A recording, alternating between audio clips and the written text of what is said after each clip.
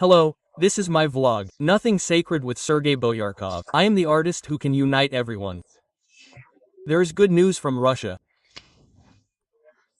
Moreover, a lot of good news from Russia. It is pleasant to make people happy, so listen and enjoy it. What I will start talking about now is the news that, apparently, Putin does not want to know. That is, he ignores it, he pushes it away. But nevertheless, there is so much of this news that ignoring it is already the Kremlin's work for Ukraine.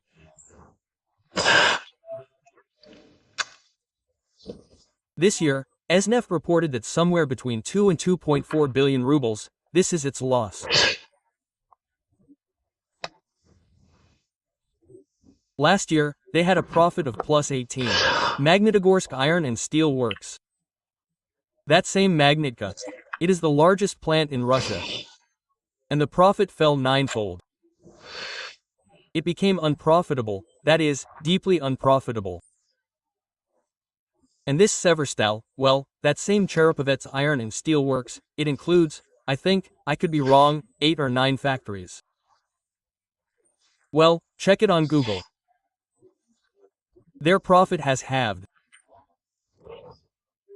That is, their losses now amount to 29.1 billion rubles. The Russians inside, they seem to be unwilling to believe it and say, how is that? We are at war, they say, because metal is needed during a war. Metal. How can it be that during a war there is nowhere to put metal? Quote. I will explain, not everyone can really understand this so easily right off the bat. And all these iron and steel works produce a gigantic amount of metal. Gigantic. Only 2 to 3% of the capacity of Russia's ability to produce metal, well, they mainly produce rolled products. It goes to military needs. A microscopic amount of metal is spent on the production of tanks, armored personnel carriers, machine guns. Plus, it is a very specific metal. This is not the metal that makes up 90% of the output of these plants. They earn money by selling rolled metal, that is, angles, channels, pipes, reinforcement. That is, they give most of the rolled metal either for export, or builders buy it to build houses. Well, that is, there are metal structures and all the houses are being built now. The reinforcement beam frame is poured with concrete. Here is your house. All construction is tied to this. So, construction in Russia has collapsed, the construction industry has gone into sharp losses, and therefore producing metal in Russia has become an unprofitable business. At the same time, again, Putin does not want to know this. They find special good news for him. They promise to launch a satellite every day, to produce 1,000 airplanes there by 2030. That is, they invent good news for him. And the real news, Gaz-Gorky automobile plant is switching to a 4-day workweek, has already switched to a 4-day workweek. The same thing with Kamaz, the same thing with the Volga automobile plant. The coal industry, I congratulate you on this, not for the first time, has become unprofitable in Russia. That is, Kuzbass is unprofitable, they have nowhere to sell their coal. The mines are closing, salaries are not being paid. These single industry towns are ceasing to exist.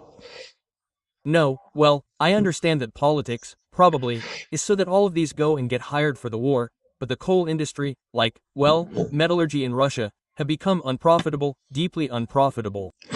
Gazprom has become unprofitable. Well, this is really an achievement. You have to be an economic genius in reverse, to make Gazprom unprofitable.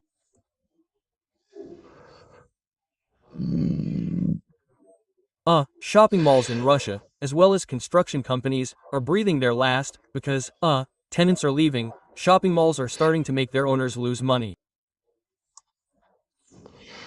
That is, this is especially true for the provinces. If Moscow, there is St. Petersburg, and Yekaterinburg there are still more or less holding on, then everything else is practically lying down.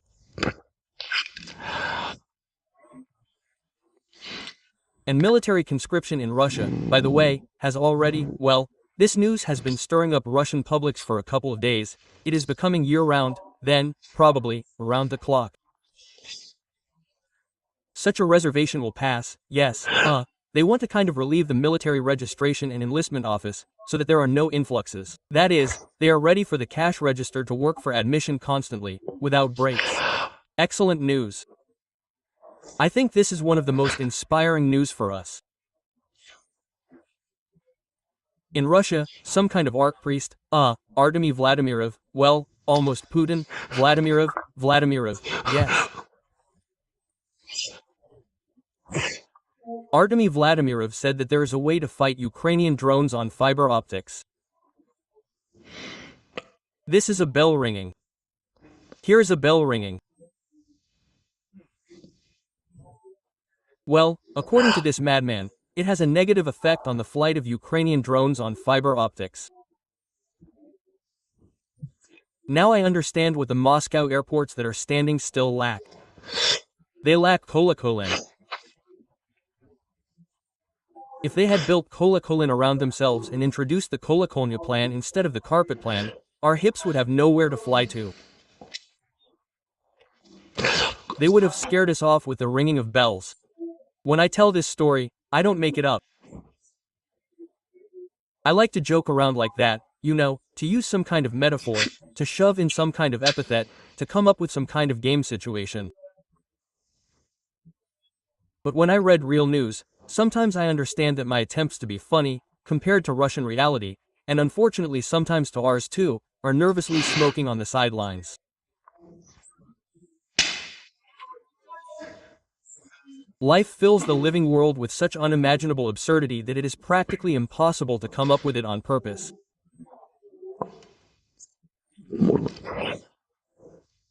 By the way, regarding Aeroflot, it turns out that Belarusian hackers are great. I step into the corner and take my hat off. Oh, yeah, I take my hat off again because they write in the comments that I'm gray and bald. I'll show you again, yeah. If you like to think that I'm gray and bald under the hat, you think that you haven't seen what you just saw, keep thinking that I'm gray and bald. That is, be like Putin. That is, he probably also thinks, that he doesn't have any problems, but he has some kind of happiness. And the enemy is under the cap, gray and bald. That's what they tell him. They tell Zelensky approximately the same thing. Well, again, when a person wants to believe that Polyarkov is gray and bald under the cap, he has the right to believe or not believe his own eyes. That is, believing your own imagination is a separate gift inherent in clinical idiots. So, Belarusian hackers have not only brought Aeroflot down in the most magnificent way, they have cracked all the passwords. It turns out that there was zero cybersecurity there. The management has not changed the passwords since 1922. There they almost, well, did not use open programs, go wherever you want. And the data there took several terabytes of information, of course, they will now throw it out in measured doses, to different publics. To restore it, you need to spend wild, gigantic money.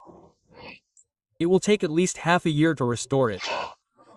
And the main thing is that all this information on Aeroflot has become the property of, well, let's say, not friends of Russia. I think this has already been transferred to the relevant structures, including our Ukrainian ones, and we, of course, will use this. Yes, in Russia the key rate was reduced by Nabialina to 18%.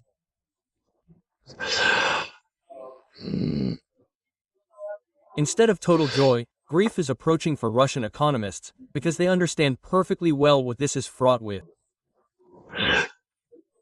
It was not because life was good that the rate was raised, it was because life was even worse that it was lowered. And I have already listed what is happening to Russian enterprises in the civilian sector. They are all simply going under.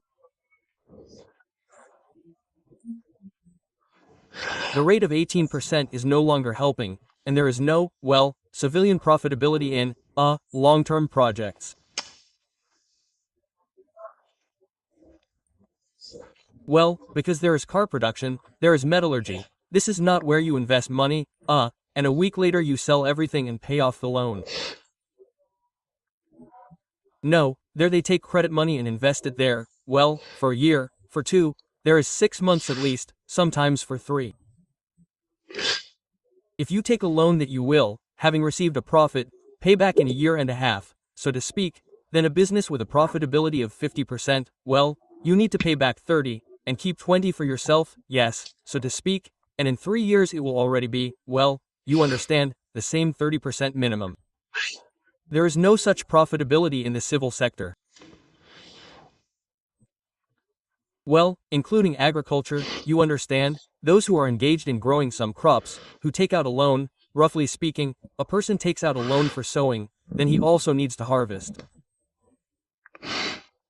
That is, this whole thing takes, well, there, a little less than a year, because the purchase of seeds occurs in the winter and so on, and then it all needs to be sold, the elevators will then pay you back. That is, this cycle will take a year. So you took out a loan and repaid the loan. With such an interest rate, agriculture can forget about decent profitability. That is why a new wonderful term has appeared in Russia. This year, my friends, they have a compact harvest. Well, that is, instead of horseradish, and not a harvest, it is called compact. Another slap in the face. I do not know how Putin manages not to notice this, how they do not report this to him, because he would, probably, well, if they really reported, he would go crazy. So, the Zanziguri corridor. There, America says that we are ready to pay for it for almost 100 years, to give money to Armenia. There, Iran is simply raising its mane. They are already standing on all fours. They are already shouting that this is a completely, in general, hostile company to Iran and Russia, because, in short, this Aliyev Ilham said it right, yes, that we are throwing Russia out of the solution of the problem in the Caucasus. Putin can get the hell out of the Caucasus. We are the main ones here. We are the ones making the decisions here. And Russia can go to hell. Get out of the Caucasus. This is not your land. We are the main ones in the Caucasus. He said it in plain text. I am not even exaggerating. He said it, Putin. We are the main ones in the Caucasus. That is why we decide everything here. And that is why you should treat us like this, understand? You must accept that we are the main ones here. Well, and, of course, there is also the life-giving Trump. He said that he gave Putin 50 days, that is too much. 10 to 12 is enough. He says, it's starting to get on my nerves. I'm getting bored, Trump says. Will they talk to Putin or will they make him a political doggy style? Don't forget to subscribe to my channel, likes, comments, reposts, and victory will be with us, because each of us will not rust.